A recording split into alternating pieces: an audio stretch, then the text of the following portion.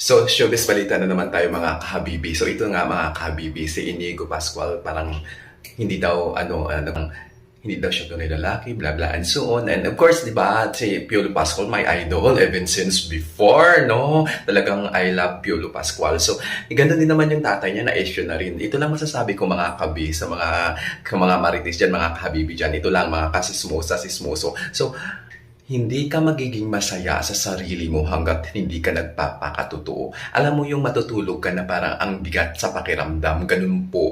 I got experience po ng ganyan. Yung parang masaya ka pero deep inside, hindi ka masaya dahil hindi ka nagpakatotoo sa sarili mo. Sa panahon ngayon guys, maikli lang ang buhay, dapat magpakatotoo ka. Isipin mo mabuti, no? Masaya ka pero deep inside, ang sakit-sakit pero kasi may tinatago ka. Hindi naman karamdaman, pero kung sino ka talaga, expose mo na yan, kakaloka.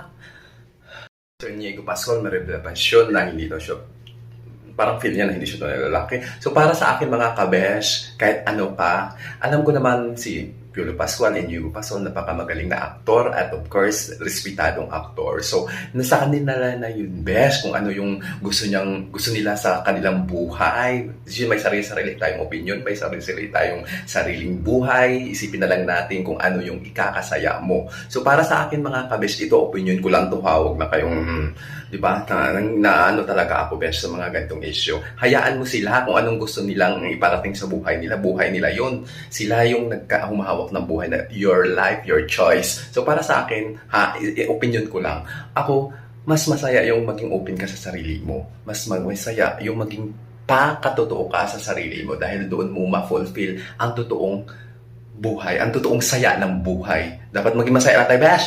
Kaloka.